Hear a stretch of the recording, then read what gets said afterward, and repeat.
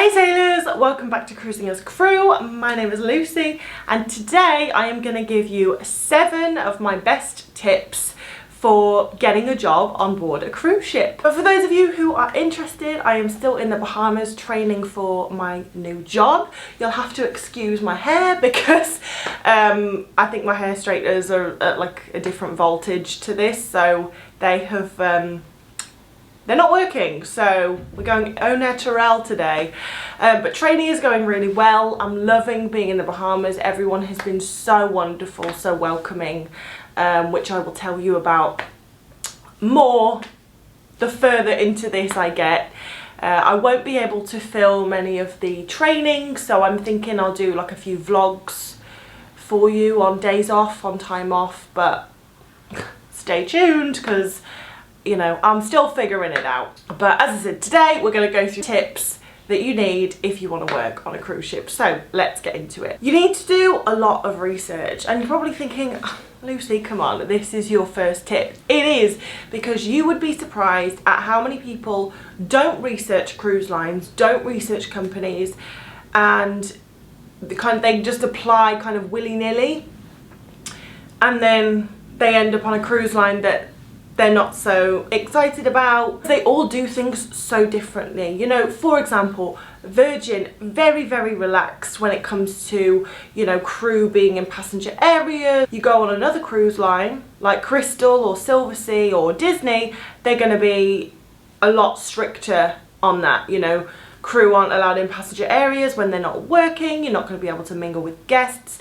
There's some cruise lines where their cruise ships only do the Caribbean. There's a lot of other cruise lines where hardly any of their ships are in the Caribbean.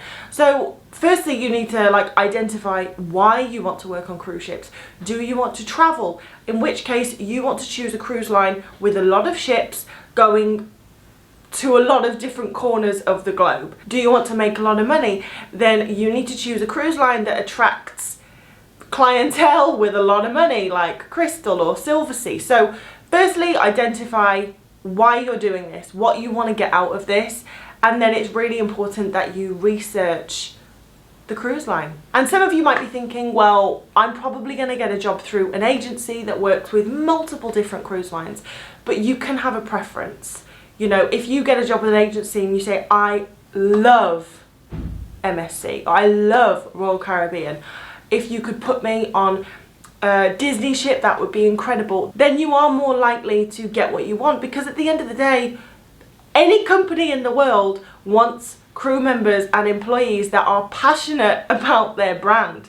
Like, you don't want to work on Virgin if you're like, yeah, Richard Branson, like, whatever. No, you want people who think Richard Branson and the Virgin companies are incredible, which I did. So if you have a preference, it's important that you make that known. But anyway, I've probably given you 3 points in 1 point there. So the first point is research. The second point is to tailor your resume. I cannot tell you. So a lot of you guys will message me and say, hey, do you mind if I send you my resume? Or not so much now, but you used to send me your resumes and I used to say, okay, change this, or this is good.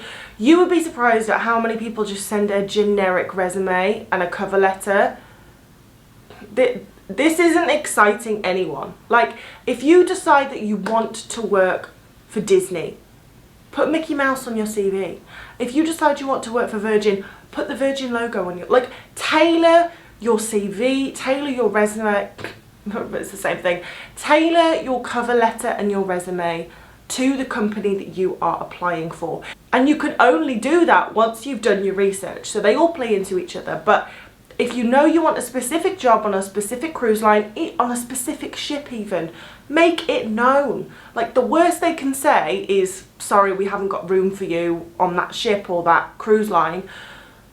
But 9 times out of 10, if you make it known that you want something, they're going to try and fulfill that. And this is so important. I dedicated one of my career guides to this. It's a CV template, so I have done all of the work for you. All you have to do is input your information and input the logo of the cruise line that you want to work for. So if you are looking to apply for a job on a cruise ship and you need to tailor your resume and cover letter, then make sure you go over to my website and click the CV template, and you can thank me later. Number 3 is something I haven't really spoke about before, but it's networking.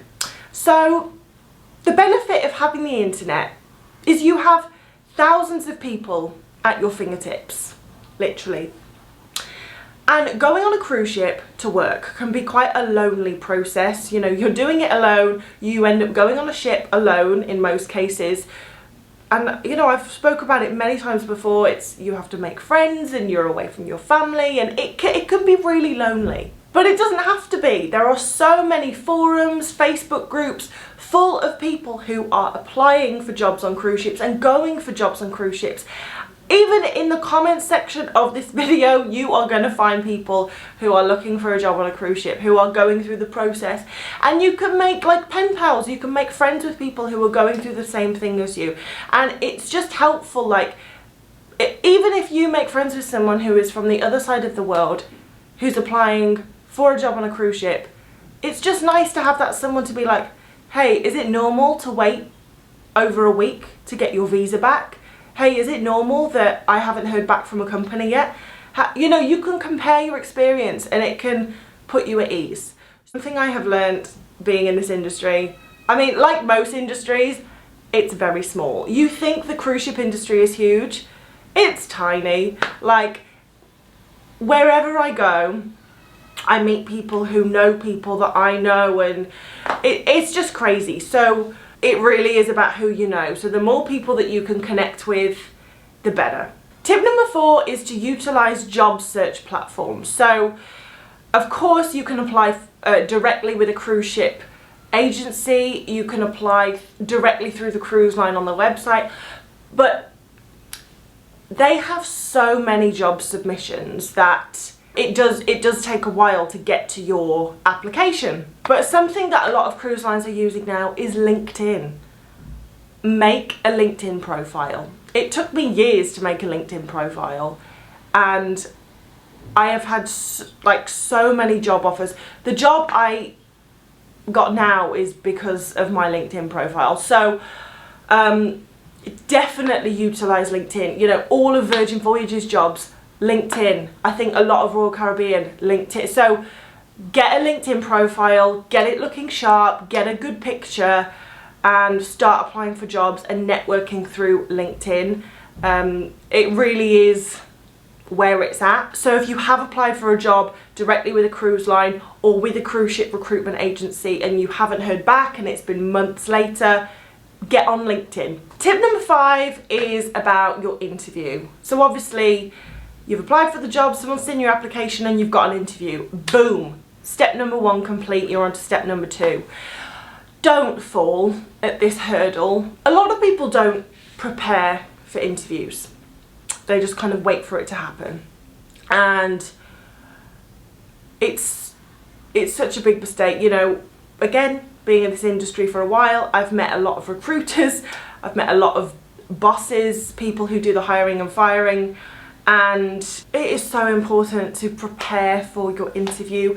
Again, so important that I dedicated a career guide to it, interview tips, what to say in your interview, the questions you need to ask, the questions that you need to be prepared to answer. For example, someone says, why should I hire you? You've got no experience. Do you have a good answer for that? Why should they hire you? Like, and it's amazing how many people, including myself, like I have 100% done this, which is why I know not to do it now.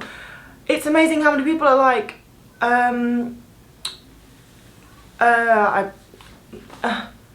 no, like you have to have an answer. You have to know exactly what you're going to say. And that is like a very basic interview question. So again, go over to the website, get the career guide. And honestly, I know I'm plugging them a lot, but seriously, like they help so much. You literally have a list of questions that you will be asked and a list of questions that you need to ask, because A job needs to be a two-way street. Like, yes, you need a job, you need to get paid, but this is how you're going to spend, like, potentially the next few years of your life. Like, why should you work for them? What are they going to give to you? What's so great about their company? And also, by you asking the recruiter questions, it does put you in a position of power. You need to be prepared for the interview, get your mom to ask you questions, get your friends to ask you questions, get your answers prepared, have them written out. Once I did an interview, this was a long time ago, and so it was a Zoom interview, and literally on the wall in huge handwriting I had my answers for each question, and it worked perfectly. They can't see that I have a cheat sheet in front of me, so if you need to do that, do that. I go to pieces in interviews. Honestly, I am confident, but I just don't interview well. But most recruiters understand that you're going to be nervous, and they can see past the nerves if you give good answers. But if you're nervous and you give shitty answers, then you've got no hope. Tip number 6. Doesn't matter what age you are, doesn't matter where you're from, doesn't really matter about your experience.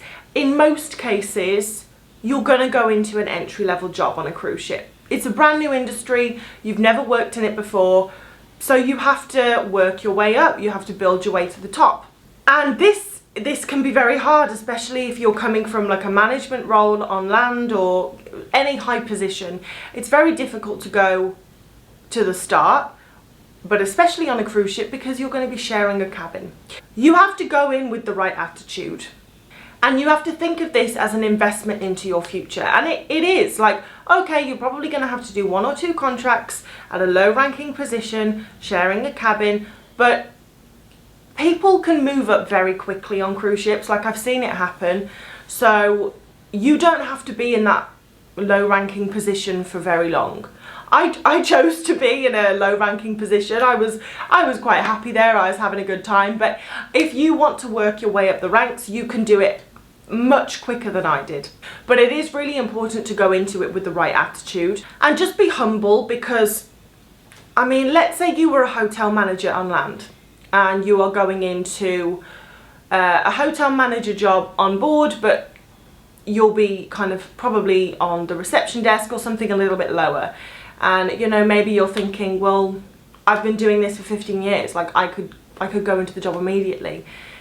There is a reason that they're not putting you in that job immediately. Like, things work very differently on ships to how they work on land. It might be the exact same job on a cruise ship that you were doing on land.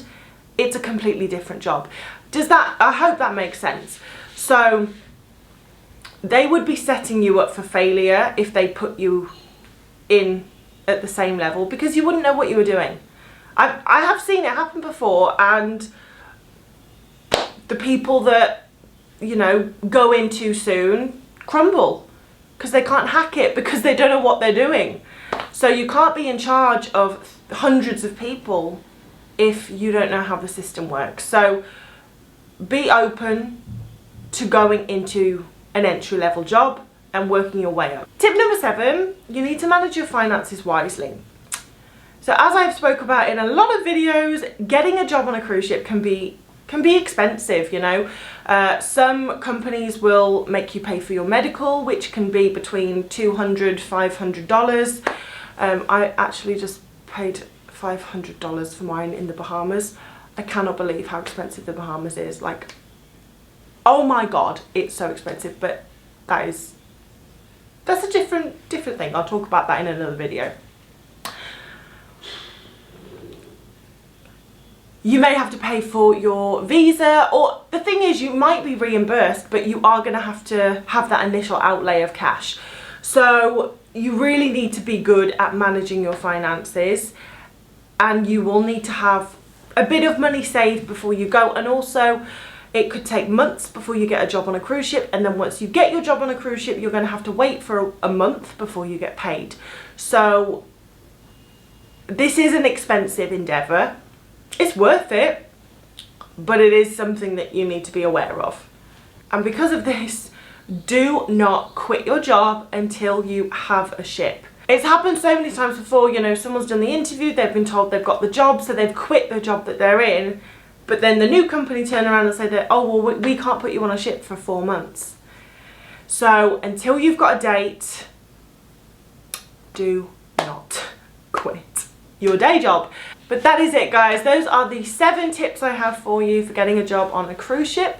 I really hope you enjoyed this video. If you did, then give it a like and make sure you go over to my website, cruisingascrew.com, and check out my career guides. They're really going to help you out. And like I said, if you do and you enjoy them, let me know that you've enjoyed them in the comments or on Instagram. But I hope you have a wonderful rest of the day, and I will see you in the next video.